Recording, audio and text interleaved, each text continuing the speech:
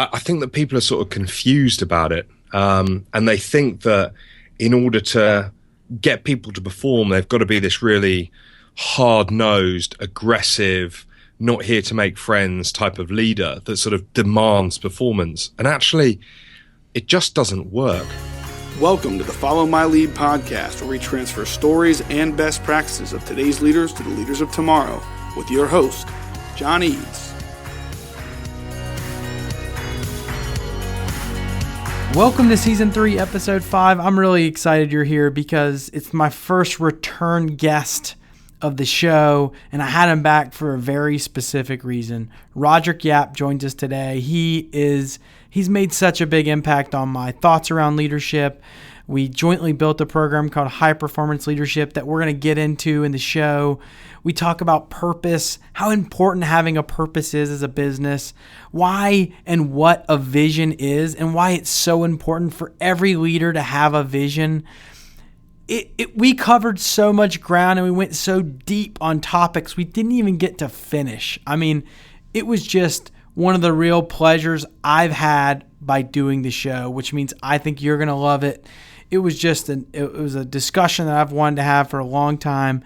So without further introduction, here's leadership expert Roderic Yapp. Just a quick housekeeping item. This podcast is brought to you by LearnLoft.com, an organization focused on helping the modern professional add value to their organization through leadership development programs and innovative learning technology. Well, Rod, thanks for coming back on the show. No problem. Thank you. It's been one of the real professional pleasures in my life to get to know you, to learn more about your journey, to work with you, and to help build a program with you called High Performance Leadership. So first, I just want to say thank you for all your thought leadership and your hard work. Not at all. I've really enjoyed it. I've really enjoyed working with you and your team and putting it together. I've had a lot of fun with it.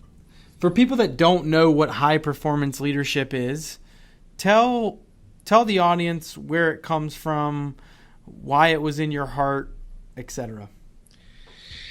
So, when I decided to go out and build my own business, I sort of went and looked at the leadership market and kind of realized that, you know what, everyone's focusing at the very top of the pyramid.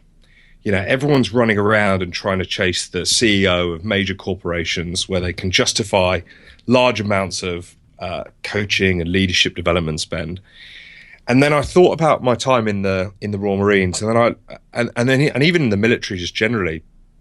And I was like, well, that's not the way we do it. And those organizations perform really well in the most hostile and challenging environments. So what do they do differently? And I sort of got to the point where I was like, well, you know, when I joined the Royal Marines, the first thing they did was train me how to lead. They didn't put me in charge of anyone until I knew what I was doing. And I just felt that there were a huge number of people out there that were finding their way and working out what good leadership looked like by making mistakes and sort of finding their feet. And that's always going to be a part of it. But I kind of felt, is there something that can be built that leverages technology, that teaches people the basics of how you lead, how you drive high performance, and how you create a culture where people get things done?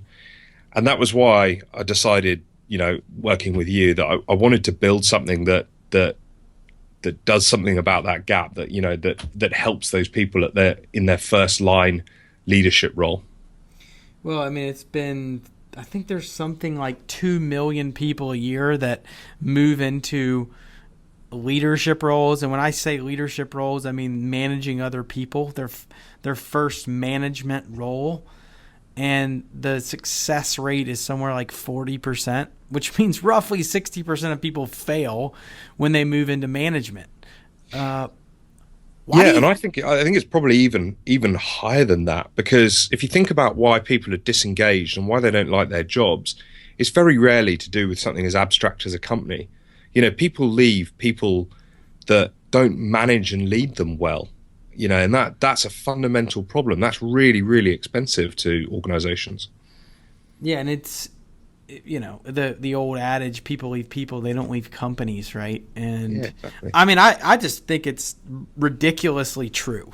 I mean, It's unbelievable to me how many people are unfulfilled in the work that they do, and I think mostly it's because of the people that's managing them. Not the sole reason, but I do think it's a culture of leaders and organizations putting more priority on the profit of the organization over the people that produce the profit. What say you? Yeah, I absolutely agree. I think that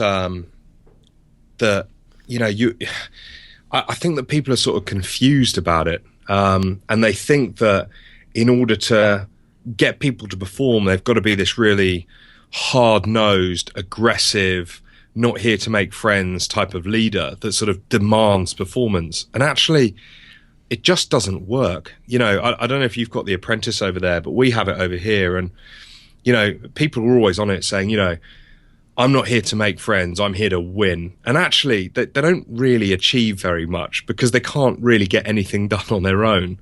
And it's not a particularly sort of inspiring message and an inspiring narrative for people to work with. So I think, I think that great companies out there kind of get this. I think that great leaders understand it, that, if I want to look after my customers, the best way to do that is to look after my people. Well, the thought, Rod, of really good companies understanding this, I'm all on board with. The issue here is that 60% of modern professionals want to become leaders, yet only 6% of organizations think their leadership pipeline is very ready, and that comes from Burson by Deloitte. The question I have for you is, why don't organizations feel like their young professionals are ready to lead? That's a difficult question. That is a difficult question, and I'm not sure I really know the answer to that. What stands out to you that maybe, the things that stand out to me, Rod, are, preparedness, right? The attention to detail, those are things that I think young professionals often miss, that someone in an executive level that might be answering these questions to Burson, might say, I'm just not ready to put that person in a leadership position because I just haven't seen those qualities at all. Yeah, I think there's definitely an element of that. I guess what I hear when I'm working with, certainly with larger companies, is this general sense that, because the word leadership is so poorly defined, it's like the word religion. It doesn't really mean anything. So, people kind of make up their own meaning and have their own view on it. And I think that there's a certain belief that leaders are, that there's a natural affinity to leadership and that they're born rather than made. And that doesn't really make sense, because if leaders were born, and there was almost a finite number of them, how would the military work? It just wouldn't. It wouldn't be able to do what it does. And this idea that, when people go to, West Point and Annapolis and, Sandhurst and Lympston, where I went, that these people do what they do because they're told to do it, is just completely flawed. And I've heard that a number of times. It's like, it was easy for you in the military because, you could just order people to do things. And it just doesn't work like that. So I think that perception means that people think, no, I don't really need to sort of invest in actually spending money to develop people in terms of their leadership capability. And I don't think they really see a sort of great return on their investment. There's a lot of people out there in the market in which we're in that, that don't really have a huge amount of experience at leading people. They've done a few courses and so on and so forth, but in terms of leading high performance environments, they just don't have that experience. Well, let's define it. Well, you mentioned leadership almost like religion, and very undefined, very uncertain.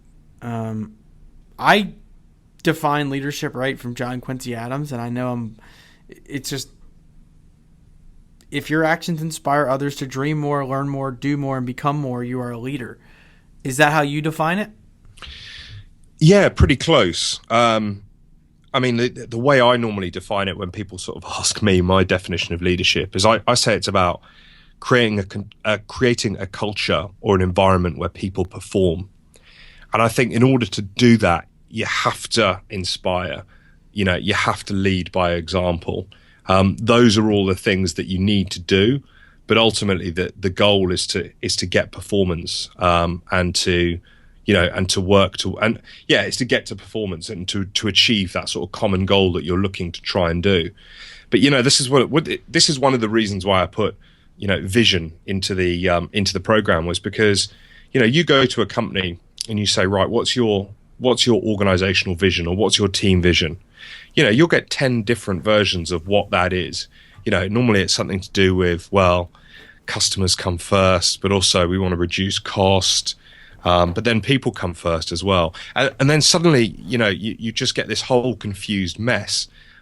Whereas actually a vision should be a short, sharp statement about where the organization is going to be in 10 years in the future. Kennedy's one is probably the best one I've heard recently.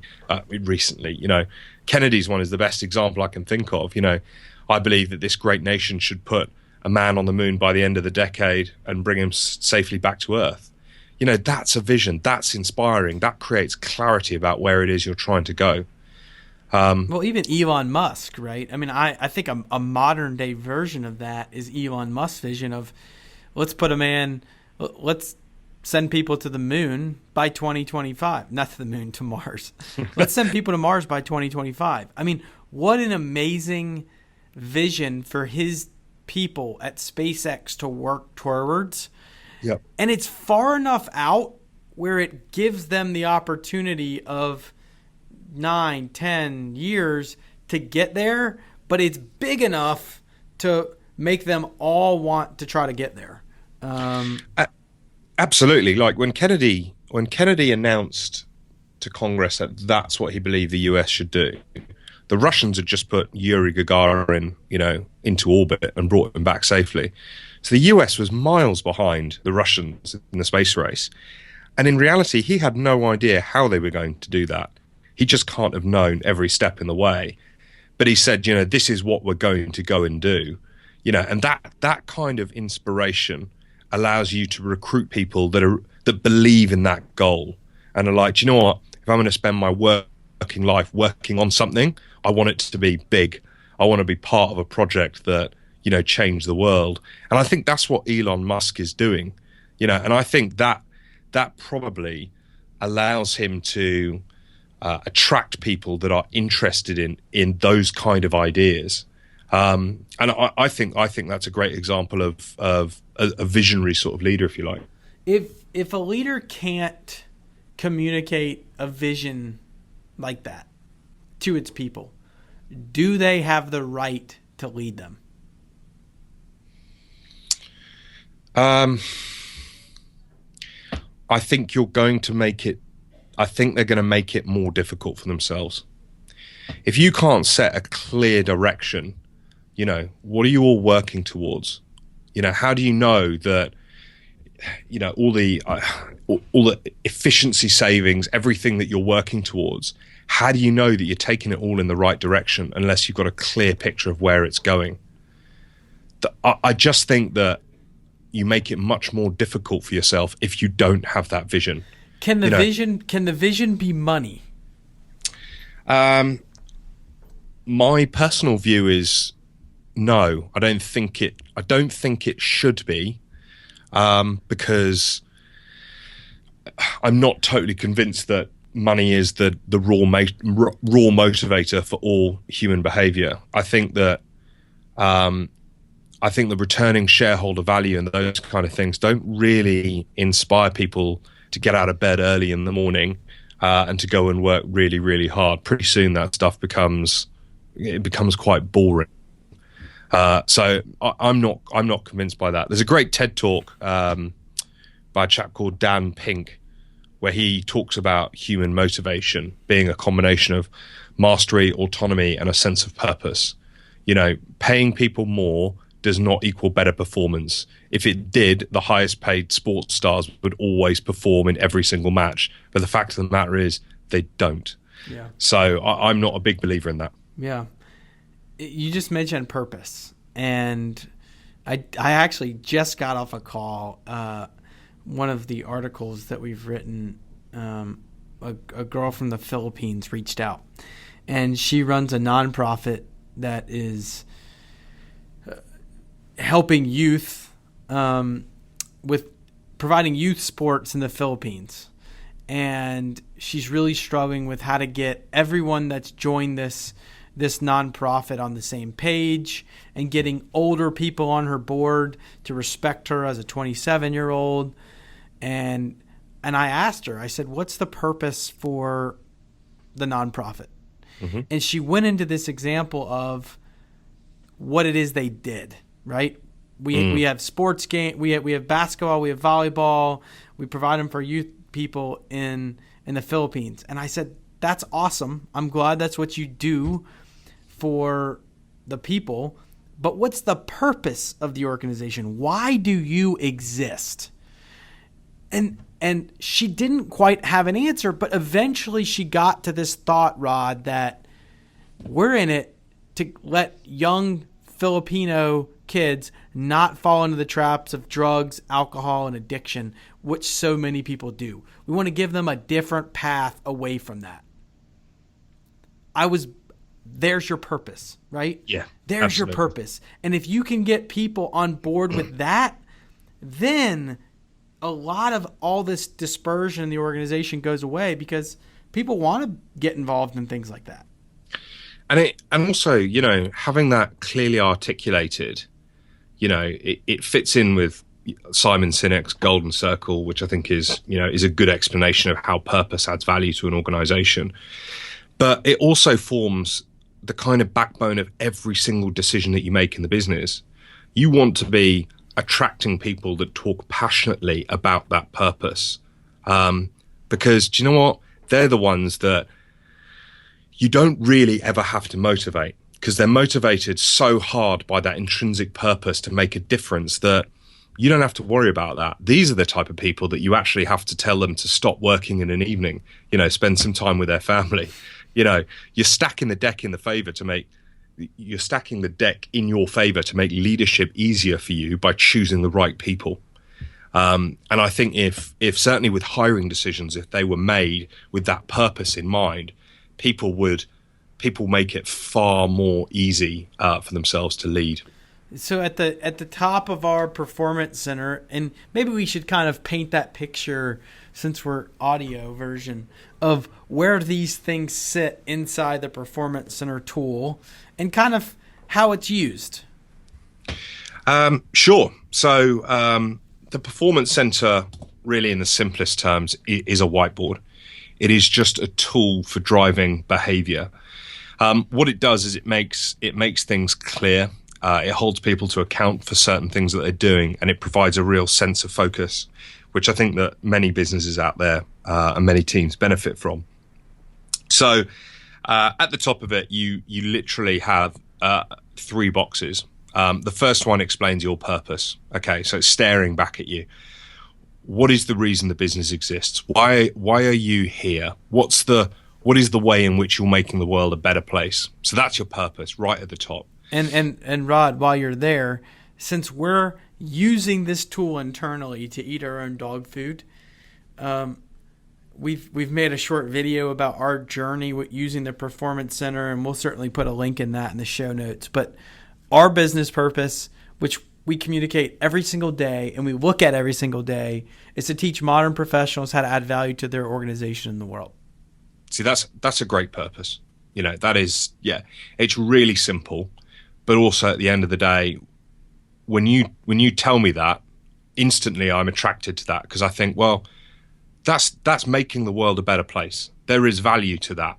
There's nothing in there about returning shareholder value or profits, because none of that interests me. It doesn't grab me by the heart, and it doesn't really grab anyone by the heart. But actually improving the performance, improving the ability of young people, I find that inspiring and motivational.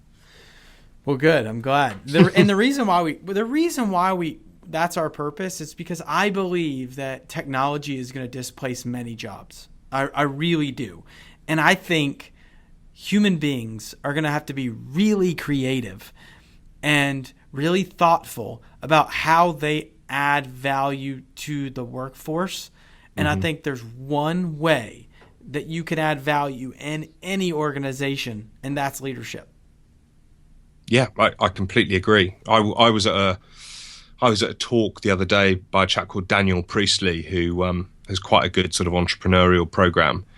And he mentioned that 47% of jobs today are at risk of being taken out by technology, because technology doesn't actually create vast, amounts of employment like manufacturing does, for example.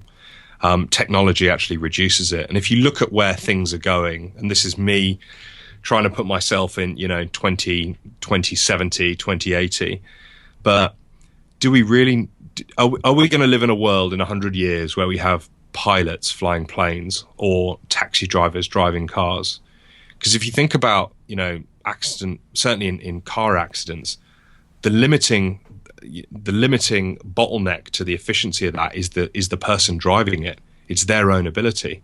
We're already starting to get onto that path where, driverless cars will reduce accident risks because they follow certain laws of behavior. If you look at how drone technology has taken off, those are, remote control planes.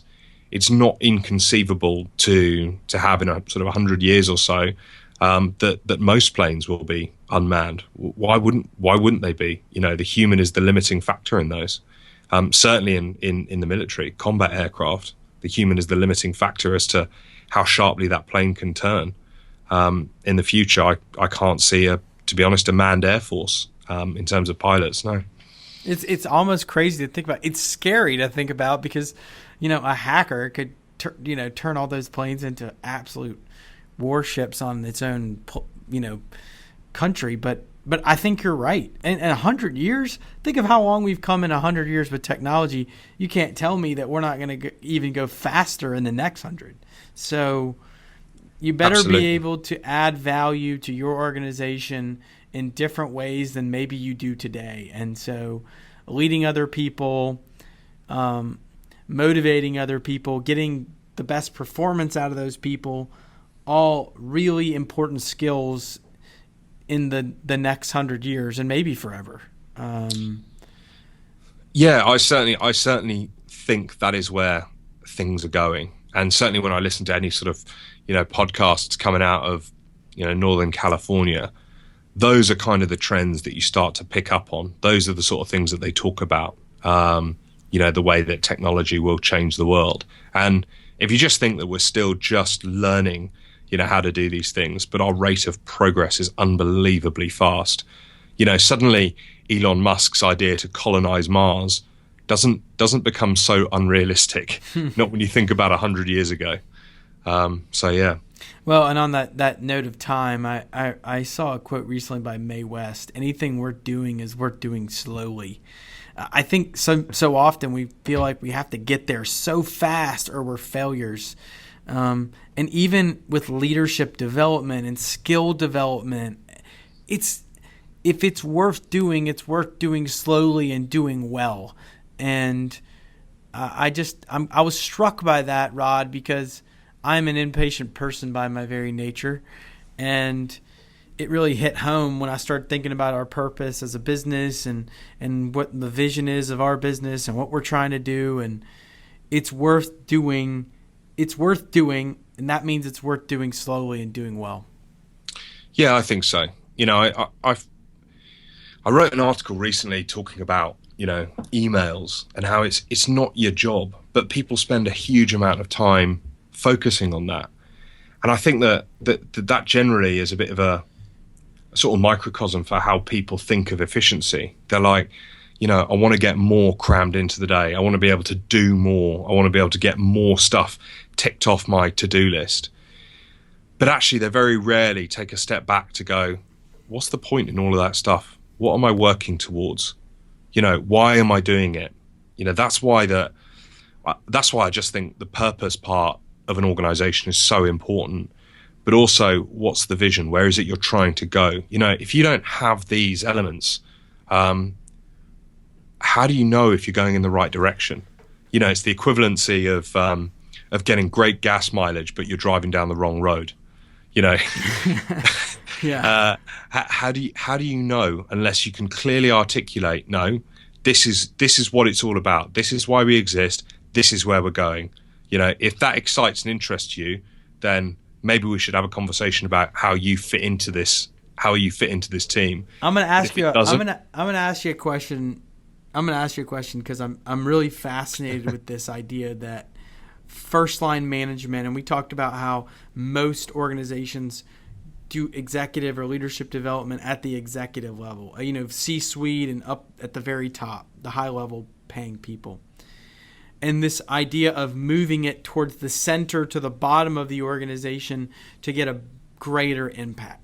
How does a first line manager that might have 5, 10, 15 people reporting to them build this purpose, mission, and vision inside of an organization that might have a purpose, a mission, and a vision? And should it be the same thing?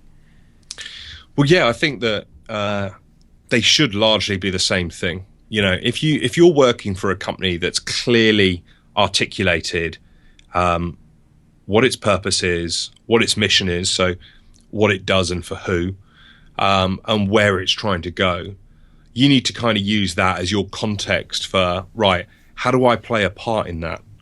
What's my role in achieving that vision? What do I do to make that a reality?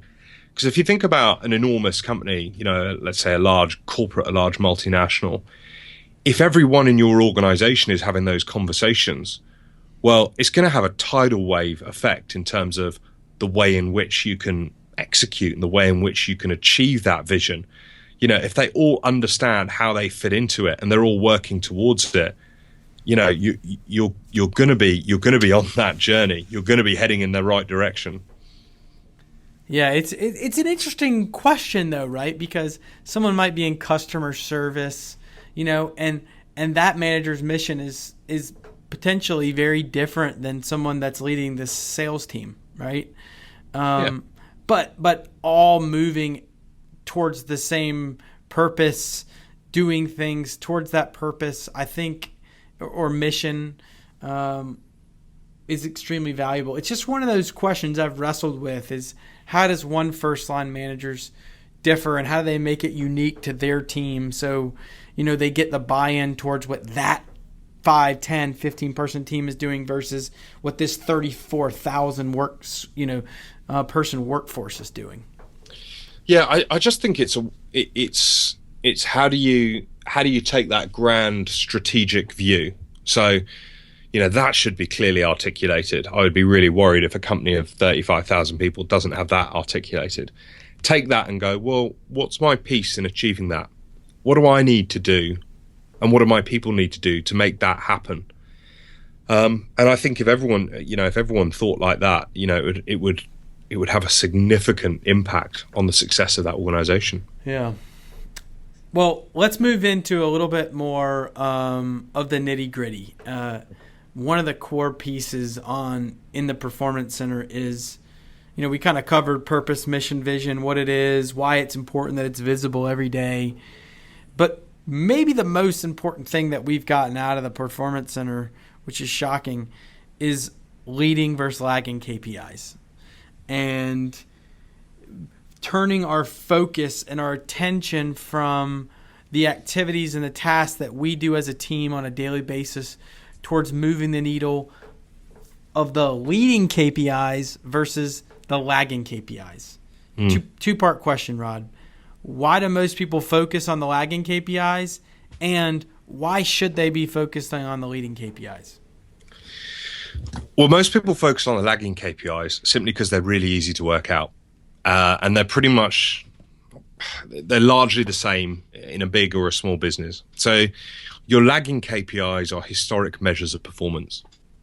And for the audience, if you're not familiar, KPI is key performance indicator, just making sure we're, sometimes those things are misunderstood. Yeah, absolutely. They are your metrics. So what are you measuring in your business? And most of the time I find that people are certainly measuring something, but generally speaking, it tends to be, revenue. profits, costs, all these things that that are historical measures of performance, and that's fine. That those work, but they're not drivers of behavior because they're historic. So what you want to try and do, and they're different for every single team, is go, right, what has to be done? What do I have to do in order to influence those lagging KPIs? What are the things that are driving those? So for example, if you're in a sales team, it is no accident that some months you might sell more than others. So what you need to do is spend time working out, right, what is it that I need to do to make sure that I sell regularly? So by breaking down the process and working out what good looks like. So what did you do in a good month? How did you behave differently? Let me give an example, Rod. Something comes to mind. I think it's spot on here. For anybody that's ever played a round of golf in their life, okay? It's so easy to only look at what the final number that you shoot, and that's how you measure how well you played. Okay? If I shoot a 72, I measure it based on the final score. That is a lagging KPI. Yes. Okay? Versus if I measured when I know that I play my best or that I have played my best, I'm focused on the process that I go through during those 18 holes and the targets that I pick when I, pick out my target with my driver, with a putter. And I know that every single shot during that round that I did those things really well, the number at the end of the day should almost not matter. Yeah. I'm focusing on making sure that I pick those targets every single time and I'm hitting those spots every single time. And those are the things that ultimately end up proving to have a good lagging KPI. But if we transfer that example now into the business world or a sales environment, what are the things that you do really well every single day that move the needle with the lagging KPIs? Yeah. Yeah, absolutely. So in a sales team, it might be, right, how am I identifying people that want what it is I've got to sell? How many of those people am I meeting a month? How many people of those people that I'm meeting love what it is I'm selling versus how many people just express sort of polite interest? Because if say, for example, you've got a lot of people that just sort of express polite interest versus a real love and a real need for what it is you have, then there's probably something in your proposition that's not right or in your pitch that isn't landing with them. So that's an example of, right, you need to go back, you need to change that. You need to do something differently. So it's understanding what to measure and how that has an impact on your performance. And then those things might change. Absolutely. They almost certainly will. And they're different to every business, but you've got the right idea. You've got the right idea with the golfing analogy. I think there's a good article that I read somewhere about the All Blacks, the New Zealand World Cup winning rugby team, who have a win rate of something like 82% over the last six years or so, which, when you think about it, is astonishing. That over 4 out of 5 games that they win, and what they do, and what they learn from sort of choking at a number of World Cup finals is that, or in a number of World Cup competitions, was don't focus on the outcome because you can't control that. Focus on good processes, because ultimately, there are other people that are playing this game that are prepared, but you can control your processes. You can control how you respond when you go down, just in the same way that you can control how you respond to a lousy golf shot. If you land it in the water and that just finishes you mentally, then your round is probably going to be dreadful. But ultimately, if you can pick the ball up and go, right, I'm going to cancel everything to now, I'm going to treat this as a brand new game of golf, you can go again and potentially have quite a good round off the back of that. Yeah, that's but right. Ultimately, it's kind of how you react. It's how you Yeah, and I think the lesson there, Rod, for anybody doing any job, right? Focus on the process and the procedures that help get you the results with such intensity, with such focus. I don't care what job you have. I mean, I really don't. I don't care if you're a financial advisor. I don't care if you're a real estate agent. Focus on the things, procedures of the things that move the needle earlier versus just what I did for the quarter or what I did for the month or what I did for the year. Because those are the things that will get you so ingrained in what you're doing as a leader, as an individual contributor. Just the lesson is clear. Focus on the process.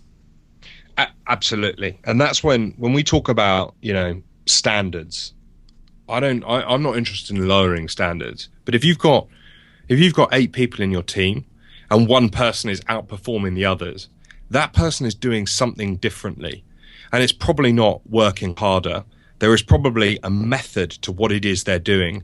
So what you need to do as a leader is go, right, can I work out what it is you're doing? Why are you outperforming everyone else in my team? Because what I want to do is codify that, understand the principles, and then teach everyone else so that we raise the bar for performance. That's, again, if you have that growth mindset rather than that fixed mindset, you will believe that people can learn different skills. And selling, like leadership, it's just a skill. You can get better at it. It would be worrying if you thought that you couldn't, to be honest. I heard an awesome quote, or I saw an awesome video yesterday, and it was the CEO of a very large company, maybe top 5 software company in the world. And he said, I love dreams. I love big dreams. But what I really want you to do, whatever that big dream is, I just want you to double it. Just whatever it is, double it, because it's possible. And the bigger you think and the bigger you dream, the better off that you'll be. And so kind of to what you just said is to codify that behavior, to get higher levels of performance, just don't lower the bar, raise the bar, right? Yeah. Yeah, absolutely. Because and that's how you move the needle. That's how you move everyone else's performance up. If you're a leader and you're leading, 10 people, and you can shift them all up by, maybe 1 or 2 gears, that's going to have such a massive impact versus just improving your own performance. Also, for the individuals on the team, right, Rod? I mean, yeah. How much more fulfilled are employees when they're getting better performance? Yeah, absolutely. I couldn't agree more. I couldn't agree more. Well, this has been fun, man. I know we didn't get to the entire performance center, but I know you got a brand new baby at home, only a month old or a couple months old. That's right. Yeah. And so I want to be respectful of your time. How's the second child going? Yeah. Good. Well, let me re-ask the question then. Is it harder? Is it harder leading at work or harder leading at home now with 2 kids? No, I still think it's more challenging in the workplace environment. And I do. I spend a lot of time thinking about this.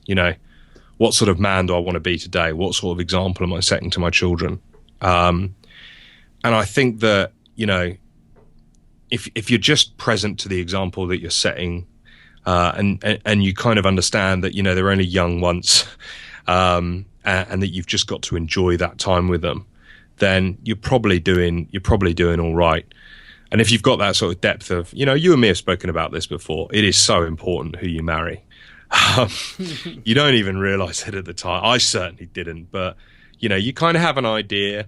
But when you're going through raising a family together, and you see how they behave, and you see how your spouse is with your children, you just realize that actually this is your kind of leadership team. It's their behavior that sets the example. It's not what they say that counts, it's what they do. If you've got a short temper, you pass that onto your children. If you smoke and tell people, and you keep telling your kids not to smoke, you pass it on to your children. And I guess I'm constantly kind of aware of that. And that was part of the reason for setting up my own thing, was that, I wanted to be the dad that loves what he does, because ultimately that's the message I want to pass on to my children about work. Well, awesome, Rod. We appreciate you being here. We'll make sure to we'll put the correct stuff in the show notes. It was an awesome discussion. We'll add the video in to kind of show some of the things that we're doing around the Performance Center. How can people learn more about the Performance Center? I know it's there's a learnloft.com/HPL. We'll certainly send people there, but what about Twitter? Where can people find you? So my website is leadershipforces.com, all one word. And I'm on LinkedIn. I regularly sort of share articles on Pulse, but my website, I've sort of made a commitment to myself very early on to write one article a week, and I so far have been able to stick with that. Sometimes it's been a little bit close over the last couple of weeks, but I've been able to publish something at least weekly. And everything that's in the high performance leadership program, I still think about how relevant that is, why that's so important. Accountability, focus, clarity. These are kind of the basics. And I see time and time again, even in larger organizations, people struggling to get this right, struggling to get that clarity of purpose, of vision, of mission, of who's doing what, and that's what this whole thing is designed to do, to make it easy for you to lead. Well, it's made it easier for me to lead, and I owe you a lot for that. And so it's been an awesome relationship, and I appreciate you coming back on the show. So we look forward to sending people to the right places, and appreciate all the work that you do. Not at all. Thanks very much for having me on, John. Great to talk to you. See you, mate. I hope you enjoyed another episode of the Follow My Lead podcast. It's a real honor and pleasure to bring you stories and best practices to help you perform better at work and at home. You can continue to educate yourself at learnloft.com. There's free resource section, as well as old podcast episodes, blogs, and even a free trial of our Getting Leadership Ready program, as well as our High Performance Leadership program to help you perform better at work. Until next time, remember, you don't need permission to lead.